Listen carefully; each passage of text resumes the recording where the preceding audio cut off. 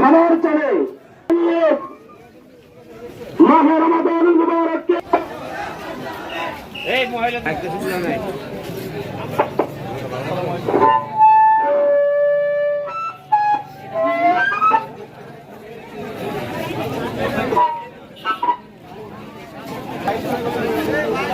তাওহীদ জনতা, আজকে আমরা এখানে একত্রিত হয়েছি। আমরা রেলি নিয়ে বের হব। আশেপাশের সকল মসজিদগুলোর মুসল্লি ভাইয়েরা একত্রিত হবে। আমরা আড়াইটা বেজে ইনশাআল্লাহ এখান থেকে রওনা দিব। আজকে আমাদের রেলি উদ্দেশ্য হল সামনে মাহে রমাদান।